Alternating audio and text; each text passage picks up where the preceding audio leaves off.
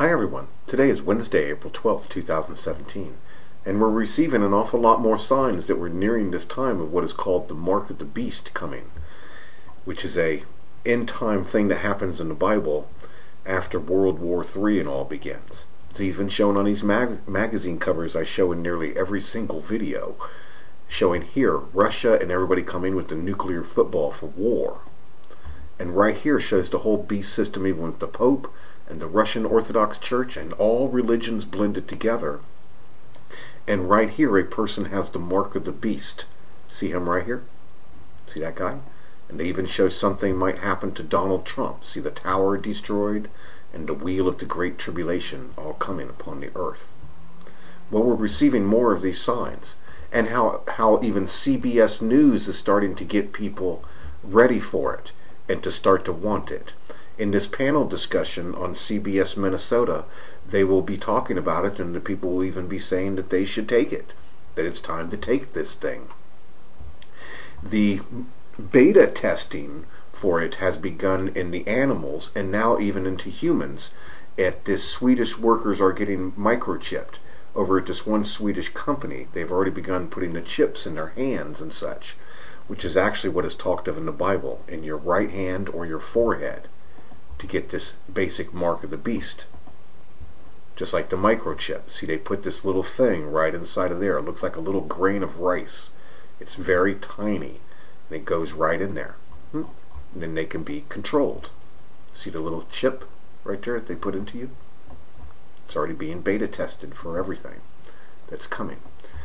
This is not a joke that it's actually being done in Stockholm, Sweden, because the basics of this in the Bible is that it represents a mark of the beast, that the people are not above a beast, that people cannot even figure this out, that they just want to eat and have sex.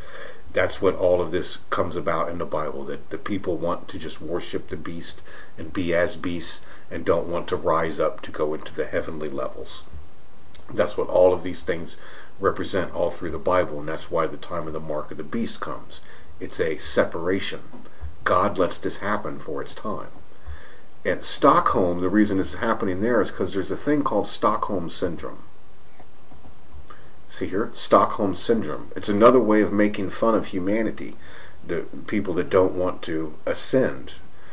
Feelings of trust or affection felt in certain cases of kidnapping or hostage-taking by a victim towards a captor, just as towards the employers, just as towards the corporation and the company taking care of their cattle, their people, considered to make humanity as cattle. That's what all of this is representing. So I'll leave everybody with this panel discussion and just know that it is beginning. You know, the beta testing is going on.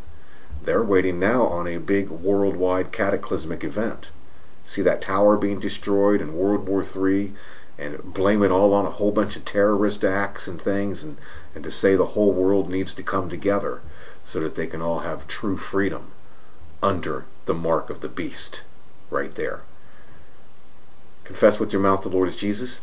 Believe in your heart God hath risen him from the dead, and you'll be saved. Hallelujah.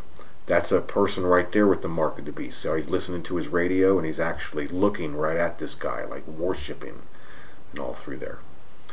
May God have mercy on us all. Hallelujah.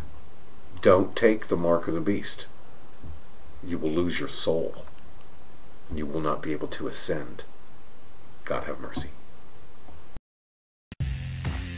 Thanks for spending part of your Thursday with us on Mid-Morning. We've talked about this in theory before, but now some employees are actually getting microchipped. I can't wait till this starts here at CCO. About 150 workers at the Epicenter Startup Hub in Stockholm, Sweden, decided, let's do it. Let's get this microchip. It's about the size of a grain of rice. So it's pretty small, doesn't hurt. You barely feel it. The chips function as kind of a swipe card. So, you know, we all have those swipe cards, like in your, you have it in your purse or in your wallet or in your pocket to get in the building. This helps operate printers. So this is a shared workspace. There's about 2,000 employees, 200 different companies here.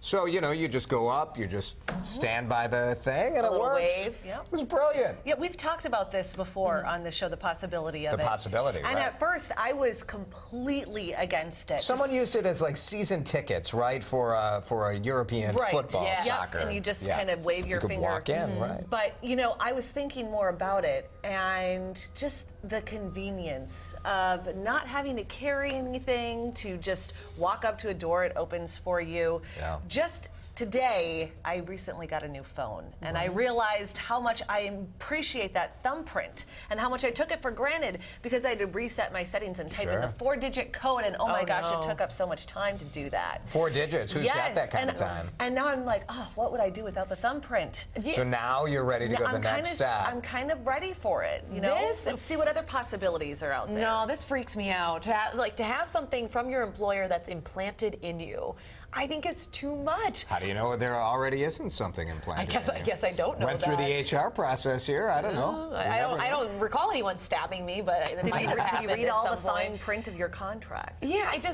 you go home and you want to feel a little disconnected, but knowing that there's always something that's physically inside of you. I get this from an employer standpoint. It's great. You never have to worry about losing ID cards. You know, for security purposes. Security, it's fantastic. Until somebody cuts your arm off and uses it to come in the I'm not going to lie. I know that's like very far-fetched and just in the movies, but I would be worried about that. Yeah, well, very rational fear. There are a lot easier ways to get into a building than cutting someone's hand off, I would think.